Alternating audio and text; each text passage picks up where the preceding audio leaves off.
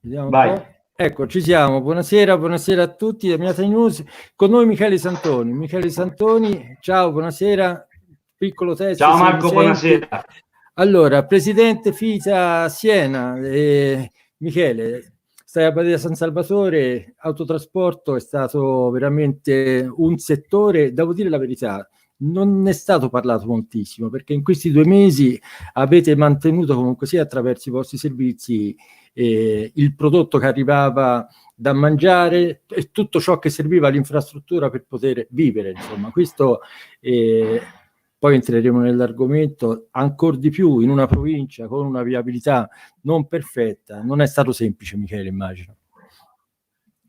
No, esatto Marco. Innanzitutto buonasera Marco, ben ritrovato. Saluto anche Grazie. i telespettatori di Meta News. Niente, innanzitutto fa piacere rivederti, insomma, dopo anche così Grazie. digitalmente dopo tutto questo tempo. Sì. Volevo ringraziarti per sempre l'eccellente lavoro che hai sempre fatto sul territorio. Abbiamo avuto, dico purtroppo perché i problemi sono sempre stati tanti, quindi abbiamo avuto sempre bisogno di far sapere sempre di più la nostra voce e la voce dell'autotrasporto che qui rappresento in qualità, come detto, di portavoce merci FITA CNA Siena. L'autotrasporto in questa emergenza è stato un settore che non si è mai fermato, anzi, in alcuni casi i nostri servizi sono stati essenziali, per non dire vitali, per tutto quello che, anche se con il lockdown presente, c'era una serie di cose che Certo. venivano meno, insomma, capito? Però abbiamo soddisfatto le esigenze e la professionalità del nostro lavoro dimostrando una serie di cose abbastanza chiare. Niente, viabilità, ha detto bene Ecco, te, in un settore... Prego Marco. No, volevo, prima di entrare lì, volevo chiederti una mia curiosità. Si sta parlando, siamo in fase 1, voi non avete conosciuto fase 1 e fase 2, però ci sono state queste restrizioni. Prima di entrare nell'argomento viabilità vero e proprio, che veramente è sempre all'ordine del giorno purtroppo dalle nostre parti, quali sono gli adattamenti, cioè, cosa avete dovuto fare? Perché si parla di sanificazione anche voi con i mezzi, quando scendete o caricate la merce, come vi comportate, Michele? Allora, ci sono delle linee guida, dei protocolli ministeriali dove quando noi entriamo nelle aziende per caricare o scaricare merce dobbiamo attenerci comunque a dei protocolli appunto che sono in ambito nazionale, che riguarda sempre il distanziamento sociale, i PPI, protezione, mascherine, guanti, tutto il necessario per la protezione nostra e di chi ci sta intorno. E fondamentalmente è questo quello principale, perché da una parte noi viviamo su 24 ore, 9 di guida più tutto il resto, praticamente viviamo da soli sulla cabina. Sul L'unico mezzo, certo. problema rappresenta il trasporto sempre inerente al trasporto extra merci, e quello che rappresenta il mondo del trasporto persone, che lì veramente è un settore, permettimi una parola di conforto ai miei colleghi, che è veramente sotto grosse pressioni e soprattutto mina proprio la sopravvivenza di aziende Certo. e di conseguenza di posti di lavoro, ma con numeri anche sostanziali. Ecco, hai fatto Per bene a il resto ricordarlo. il problema grosso, No. oltre ai miei, diciamo così, colleghi del trasporto persone, quello che posso dire per quanto riguarda anche la mia esperienza personale, mia e dei miei colleghi, nonché amici, è stato durante tutto il periodo del lockdown tutta la parte dei servizi alla persona, con ristoranti e bar chiusi, servizi Certo. igienici alla persona chiusi, è stato veramente difficile.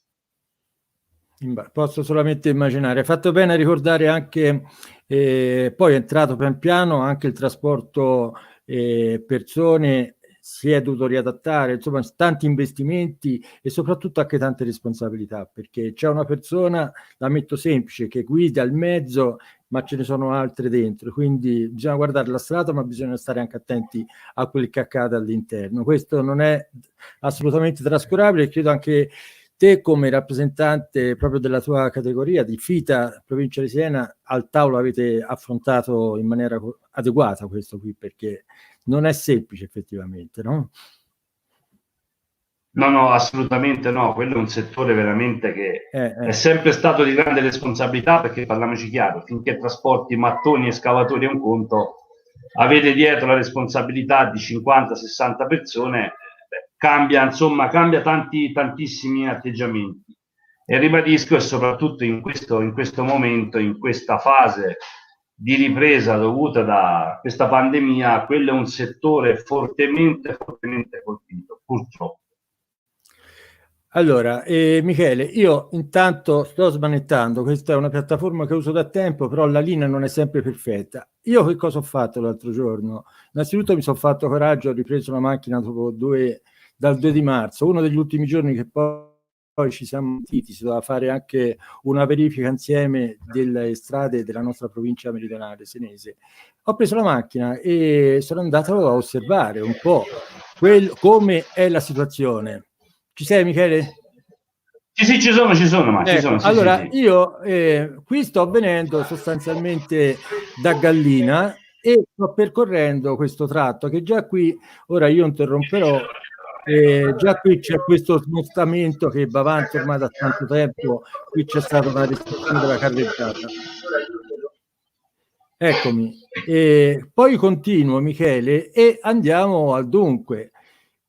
All'imbocco della strada della traversa Amiata. Eccoci qui. Il video, ho confezionato un po' questo video. Qui c'è l'interruzione. Adesso qui sono tornato indietro e faccio vedere. Ora sto venendo da sud verso nord, quindi sono da poco entrato in Valtorce e qui troviamo l'interruzione. Perché questa interruzione? Adesso lo vedremo ancora meglio, perché c'è un problemino, eccola qui, un problemino a un pilone. So che oggi sono state fatte delle verifiche, qui siamo sul Formone, ovviamente, uno dei tanti punti sul Formone che stanno un po' sistemando. Com'è la situazione oggi? Perché questa traversa è chiusa, una traversa fondamentale, parzialmente chiusa, da qui fino al bivio qui Contignano, quindi sono circa 3 chilometri più o meno. Dimmi un po' com'è la situazione ad oggi.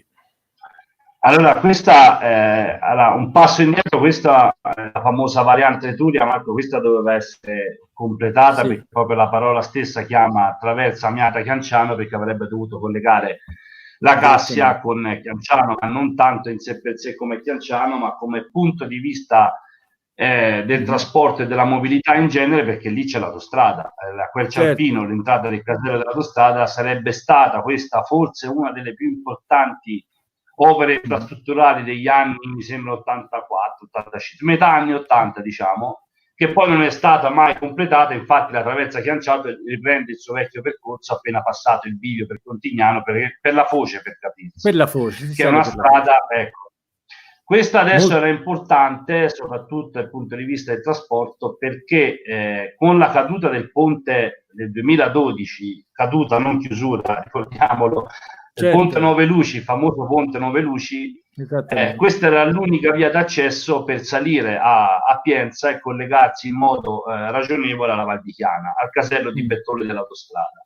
Logicamente questo pilone, che si vede benissimo qui dal video che stai mandando, Marco, che è quello che è stato eroso, questa chiusura preventiva ha fatto sì che i nostri mezzi, per raggiungere la Val di Chiana, in quanto a Chianciano purtroppo, e anche lì c'è, come tutto il restante territorio, grossi problemi di viabilità, pensiamo al ponte di Bussolaia, pensiamo alla camionabile che è chiusa ormai, non è chiusa, è interdetta ai mezzi pesanti, per noi è come se fosse chiusa da tantissimo tempo. Questa chiusura per noi ha comportato un allungamento di chilometri, di ore di guida, che è quello fondamentalmente che dopo ci penalizza in modo sensibile, perché quando perdi una mezz'ora, un'ora per fare una deviazione, risulta come perdere quasi il 10% in attività lavorativa giornaliera. Questo problema in sé per sé però ha rappresentato, secondo me, rappresenta un ulteriore danno collaterale, perché spostando il traffico sulla Cassia, per fare il giro, per capirsi, da Bagno Vignoni, dalla consorziale di Ospedaletto, che si va a ricollegare a Pienza, si deve passare sopra il famoso ponte, anche quello a Bagno Vignoni, sul fiume Orcia, che già da tanti anni Sì, sì, è sotto monitoraggio continuo, capito? Quindi vuol dire che quello qualche problema ormai è chiaro e palese che ce l'abbia. Se questa chiusura dovesse durare nel tempo, oltre al danno economico della deviazione in sé per sé, la mia preoccupazione più grossa è l'aggravarsi della situazione di quel manufatto. Ora la possiamo dare come notizia, Marco. Poco fa mi ha chiamato il presidente della provincia Franceschelli, che questa mattina, come ben detto te, c'era un sopralluogo. Hanno fatto le verifiche e il pilone in questione, quello che si vede benissimo sul video, che è stato eroso dal passare del torrente dell'acqua, è leggermente scoperto il basamento che si aggancia al pilone. Quindi lui mi ha detto, e per questo insomma, come avevo anche pubblicamente già fatto, lo voglio ringraziare per l'onestà che ha dimostrato, perché sinceramente ci ha avvertito subito, come ha avvertito altre forse attività produttive, manifestandoci questo problema. Da loro, se tutto va bene, magari condizioni anche meteo permettendo che possono intervenire i lavori, nel giro di 5, 6, 7 giorni dovrebbe essere riaperto. Quindi ben lontano dai famosi 3 anni del ponte sulla Cassia, sulle Paglia, o sull'anno e 2 mesi di quella a Casa del Corto, Marco. Quindi ne sa qualche cosa. Sì. Beh, Michele, qui stiamo parlando in pochissimi chilometri di una serie di interventi dove è stato possibile farlo, perché un ponte è crollato, c'è stato un pochino più a sud, poi lo vedremo. Ci sono altri interventi, pochi centinaia di metri, però io non sono arrivato fino al bivio di Bagno Vignone dove c'è quell'altro ponte, ma lì veramente il problema sarebbe molto molto serio, perché insomma è un tratto che bisogna passarci obbligatoriamente per andare a Siena. Poi, tenendo chiuso questo, fortunatamente la notizia di questa sera è che probabilmente nell'arco di questa settimana, diciamo massimo inizi della prossima settimana, dovrebbe essere tutto risolto. Ma insomma, Michele, qui sono tutte somme, le sottrazioni sono poche, sono tante somme, e l'unica sottrazione, detto francamente, me la prendo io questa responsabilità, che c'è stata, è stato un ponte crollato che si è tolto da sé, e fortunatamente c'è questo bypass, questa variante che credo anche per un tir non sia sempre agevole percorrere, no? Mi sembra, Michele. Comunque, vediamo se riusciamo a risolvere questa situazione. Michele, io intanto però non so se ti ho interrotto su altre cose volevi dire sul ponte. Nella sostanza l'acqua ha tolto, insomma ha un po', come dire, in parte lesionato, corroso questo basamento, e le verifiche hanno detto che nella struttura non ci sono particolari indovinelli, non so ben capito, quindi è da mettere in sicurezza in questo momento, giusto? Preciso, giusto. Fortunatamente anche, ora vedo il video che ti stai avvicinando ai famosi viadotti sul Formone, anche se non sono un tecnico, anche così ad occhio, diciamo proprio ad occhio visivo, la struttura di quel ponte, benché abbia questo piccolo problemino di erosione, è ben diversa, fa sperare il manufatto è sano, lo vedi anche come tecniche di costruzioni, le famose selle Geber. Lì non ci sono più capizi. In quelli dove sta arrivando te adesso col filmato qualche preoccupazione quella ce le dà, insomma, capito? Ecco, perché sono degli anni 60. Esatto, allora qui noi abbiamo da poco lasciato, saranno passati 300 metri più o meno, questo è il bivio per salire in montagna sulla Miata, qui c'è la Bisarca, insomma, per intenderci, e tra poco vediamo 2 viadotti, uno senza indovinelli, ecco questo lo vediamo subito dopo il primo bivio per di Cofani, e poi dopo pochissime centinaia di metri troviamo il cantiere, eccolo qui, c'è un impianto semaforico perché c'è un senso unico alternato qui, eccoci qui. Qui com'è la situazione, Michele? Perché qui siamo sempre sul Formone, ricordiamo. Sono circa 240 metri più o meno, no? Mi sembra questo, la lunghezza del viadotto. Sì, mi sembra anche a me, ora no. Praticamente il Formone fa una serie di curve da dove nasce, diciamo, appena passata la galleria, scende a valle e va a confluire sull'Orcia passando proprio sotto al viadotto della traversa Miata Chianciano. Però prima incontra questi 3 manufatti. Questo è quello che è il secondo, diciamo. Il primo hanno già finito l'intervento di ripristino, ora sono a questo, poi ce n'è un altro prima della galleria e proprio in questi giorni ho visto che stanno montando qui lo stavano facendo con una piattaforma mobile da sopra, diciamo. Ora che era sulla destra. Nel cantiere c'era comunque, perché di solito lavoravano da sopra. Eccola qui. Eccola, perfetto. Questa qui. Bisogna stare... Ecco, anche la gente lavora, bisogna andarci... Eccolo qui. Questo stanno lavorando attraverso questo mezzo. Preciso. Michele, certo, quindi diciamo possiamo dire che la situazione è sotto controllo, non ci sono motivi di pericolo, giusto? In questi così ad occhio ti dico, Marco, ora usiamo il condizionale perché le esperienze passate non ci hanno fatto, ci hanno visti insomma protagonisti di tempi lunghissimi, quindi è meglio sempre usare il condizionale. Quello che mi spaventa più di tutti di questi, che sono 6 ponti tutti gemelli, di cui uno è già caduto, Marco, perché quello che era famoso col bypass è stato smantellato in questi tempi, proprio mi sembra o un mese prima dell'inizio della pandemia o durante proprio all'inizio del mese di marzo, non ricordo bene. Il 2 di marzo è venuto giù. Il 2 di marzo è venuto giù perché è l'ultimo servizio che ho fatto prima di... Ecco, preciso, purtroppo te lo stavo per dire. Ecco. Me lo ricordo benissimo che lo seguì, diciamo che c'era quella giornata... piovosa, fredda, e sono tutti figli dello stesso progetto, si somigliano questi ponti. Da qui un po' la tua preoccupazione, se ben capisco, no? C'è questo un po'... La mia preoccupazione... Non la tua, un po' di tutti. No, di tutti. Perché certo. I 900 giorni del viadotto Paglia, quello ci ha danneggiato economicamente in una maniera, non è uno studio che si era fatto noi, si parlava dai 50-70 mila euro nei 3 mesi, nei 3 anni di chiusura per ogni veicolo.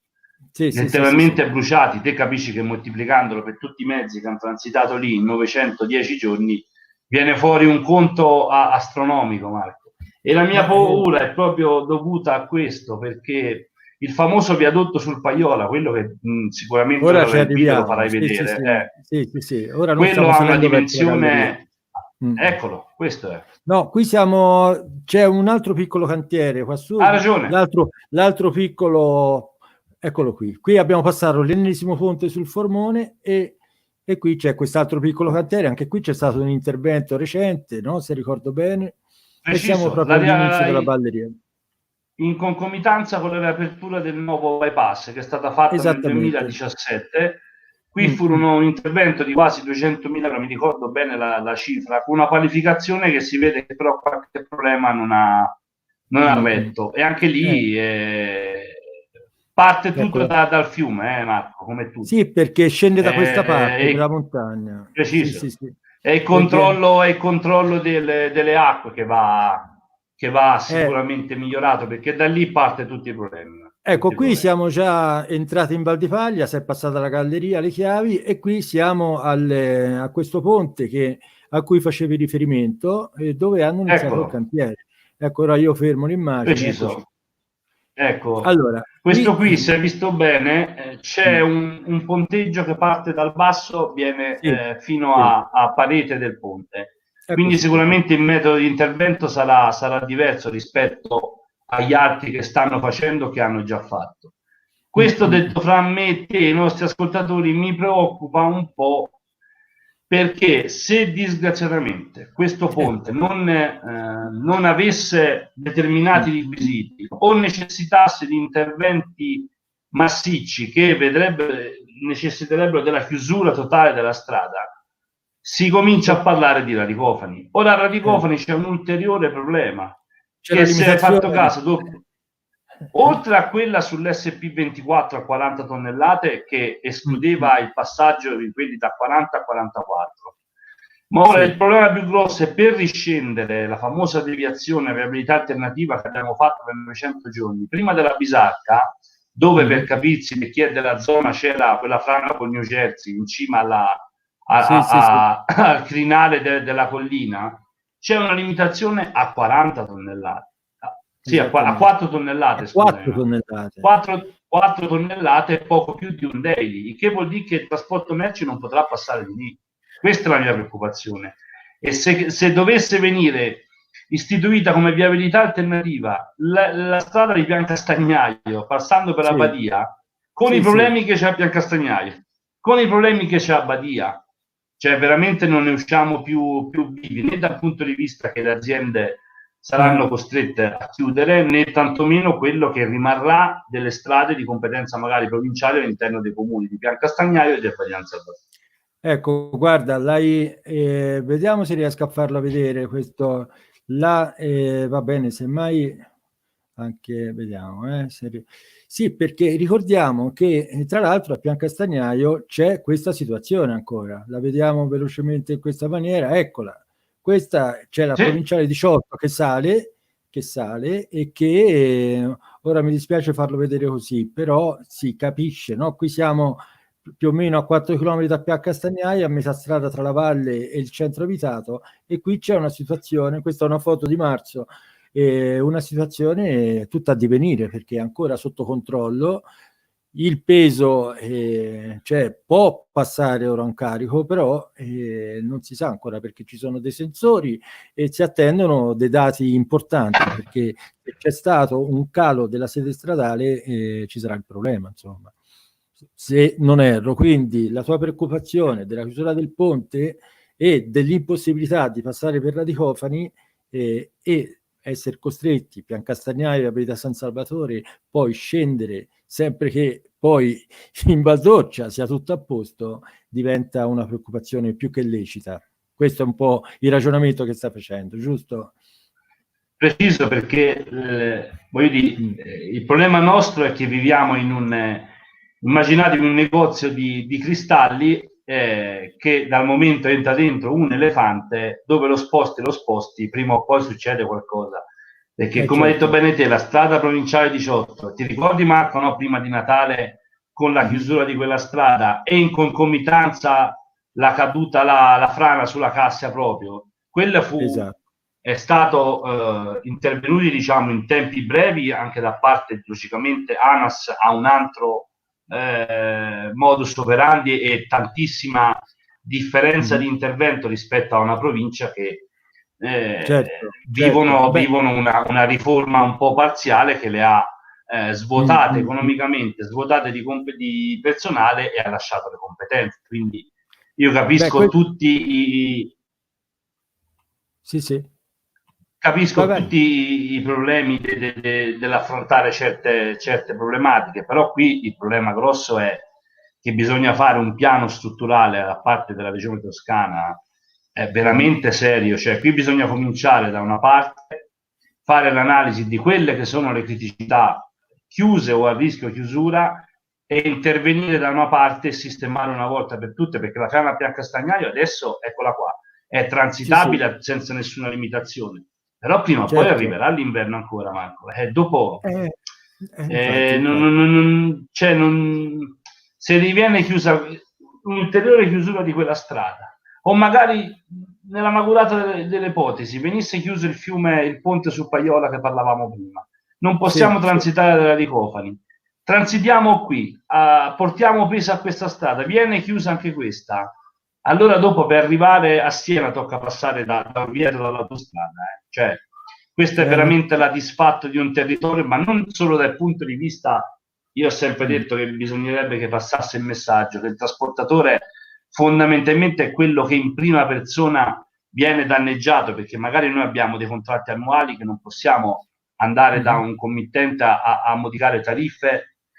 Come una piccola deviazione uno pensa nulla, sono 80-100 euro letteralmente bruciate. In un ambito di anni come se abbiamo vissuto sono conti da bilancio, per capirsi. Il problema è che qui sono i primi segnali di una delocalizzazione e di uno spopolamento incredibile. Ti ricordi la linea famosa Bargagli quando scendeva a Roma, tanto per chiamare? Questa fu una delle concause che giustamente dovevano fare delle deviazioni che non sono minimamente pensabili che l'imprenditore si potesse accollare alla vita. E dopo se non interviene la politica come dovrebbe essere, un territorio a poca vita.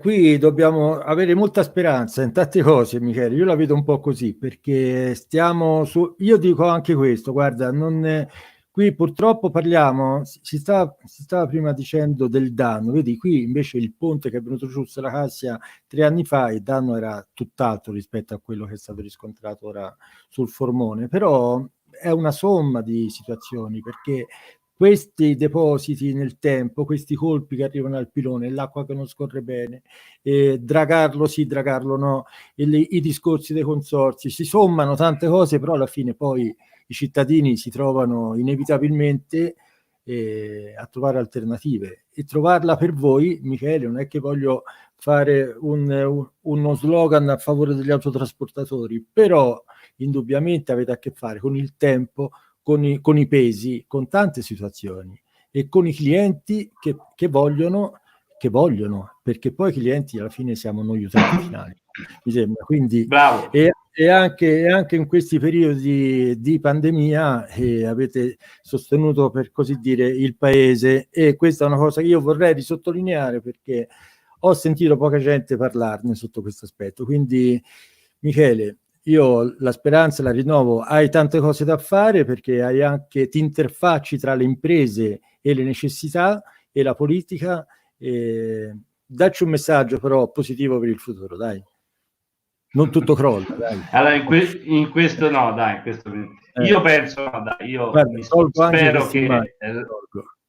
che ecco, io spero che quando parliamo di viabilità, tutta questa serie di foto, Marco, che svolgi il tuo ruolo preziosissimo su un territorio veramente, non ti dico da vicino a una guerra, ma poco ci manca. Fotografie brutte come quelle che abbiamo visto finora, purtroppo, ho detto, ce ne abbiamo tante. Io l'ho sempre detto, il nostro album è estremamente grande come non l'abbiamo quantità messe e qualità tutte, di Michele, ne immagini. abbiamo messe una Ecco, parte. la copertina era il ponte a 9 luci, no? Quelle, da lì è partito tutto, e dopo siamo la copertina del nostro album, ho sempre detto. Il messaggio bisogna che arrivi chiaro soprattutto a quella politica con la P maiuscola. Io mi ricordo poco tempo fa furono state scritte delle lettere anche allo stesso Ministero dei Trasporti. Qui da soli non riusciamo a salvare questo territorio. E serve veramente l'aiuto da parte di uno Stato civile e democratico che vada ad aiutare quei territori demograficamente più deboli, anche da un punto di vista elettorale, che, voglio dire, parliamoci chiaro, fondamentalmente la leva grande è quando c'è un bacino d'utenza e quindi di voti, laddove, ad esempio, un quartiere di Firenze può essere tranquillamente, come il numero di abitanti, molto più grande di tutta la zona Meata Val Dolce. Però non per questo noi non paghiamo le tasse. Noi il nostro ruolo l'abbiamo sempre fatto. Fra mille difficoltà, tutti quegli imprenditori, io sono nato qui, sono cresciuto e vissuto qui anche lavorativamente parlando. Ci sono delle persone che hanno costruito delle aziende di un certo livello che danno lavoro anche a tante persone, e chi rimane a fare impresa qui è lì l'ottimismo, capito? Però va aiutato, perché prima o poi da solo l'imprenditore non ce la fa, prende altre strade e delocalizza. La politica con la P maiuscola deve capire queste esigenze. Non siamo cittadini di serie A, nemmeno di serie B, e quindi deve intervenire in maniera massiccia, come dicevo prima, con un piano strutturale, serio, concreto e soprattutto risolutivo, perché non esiste che tu tenga una strada regionale come la Cassa chiusa per 900 giorni per tutta una serie burocratica. Guarda, ti faccio l'esempio, hai visto il ponte Morandi, che lì purtroppo ci sono delle dinamiche estremamente differenti. 43 persone purtroppo hanno perso la vita, e quindi vabbè, quando ci sono quelle cose niente è a paragone di nessun altro dato, no? Però quello che è stato fatto lì in così pochissimo tempo ti fa capire che oltre a un nemico che non vediamo, la burocrazia, ci sono tante leggi secondo me sbagliate. Te parlate ad esempio prima dei consorzi di bonifica, dei fiumi. Fino a poco tempo fa venivano, diciamo così, dragati dalle imprese che producono, scusami, i materiali inerti. Quello, se ci pensi bene, dopo tutta la rivoluzione che è stata fatta per l'ambiente, che per l'amor di Dio è un fattore estremamente importante quello ambientale, però ci vuole anche la giusta misura, perché se te demolisci il fiume non fai male a nessuno, ti ritrovi un alveo e un letto del fiume pulito. Le aziende che producono inerti e materiale prendono il tale materiale per trasformarlo in inerti e quindi fare azienda. Te, amministrazione pubblica, provincia, regione, comune, quello che ti pare, ti ritrovi un letto del fiume e una regimentazione delle acque a posto, in modo che tu possa veramente garantire la circolazione, soprattutto fruibile e anche sicura, perché nessuno, quello che è successo a Ulla, Marco, che è caduto il ponte sul Magra, lì è stata una salvezza, le restrizioni dovute al Covid, perché io ci sono passato più di una volta lì sopra con tanti altri colleghi. Se fosse stata una situazione normale di traffico regolare, lì sarebbe stato un secondo ponte volante, purtroppo. E queste sono cose che nel 2020 non possono succedere. Dai. Ma senti Michele, tornando alla burocrazia, poi si va verso la conclusione, abbiamo un caso proprio sulla Cassia, l'intervento dell'ANAS in pochissimi giorni ha ripristinato una situazione sotto Natale, se ricordo bene il periodo era quello lì, che ha dato un po' di respiro in una situazione già di difficoltà. Quindi, come dico sempre, non è vero che è una questione economica, appunto, è anche una questione economica, ma dal mio punto di vista è soprattutto di volontà e di scelta, perché lo dico per l'ennesima volta e quasi vorrei sfruttare il mio stesso spazio. I servizi che fate voi nella nostra zona sono servizi ad aziende che danno prestigio a noi, alla provincia, alla regione, all'Italia a livello mondiale. Ci sono aziende che producono ed esportano nel mondo. Il prodotto che porta i tuoi mezzi come quelli dei tuoi colleghi non è un piccolo prodotto, è un prodotto che ha valenza mondiale di grandi artigiani oggi industriali che sono tra l'Amiata e la Valdorcia. Questa è una cosa che bisogna capire, perché questo è un polo pur piccolino industriale che ha un prestigio internazionale e questo va ribadito, perché continua ad averlo anche con delle mulattiere e questo non è più possibile. Mi sono sfogato. Preciso. Concetto perfetto, guarda Marco, condivido in pieno. Guarda. Non è possibile, va bene l'automobilista, si consuma il doppio delle gomme, dell'olio, dei freni, di tutto, però non è più ammissibile. Michele, allora, FITA, ricordiamo la sigla di cui sei il presidente, che fa capo alla famiglia di CNA, ma questo è un problema che riguarda un po' tutti. Ti auguro un buon lavoro, attenzione e nuovamente grazie per l'impegno che c'è nel servizio e anche nel cercare di risolvere un po' la situazione. Buona serata. Grazie a te Marco, davvero grazie, buona serata.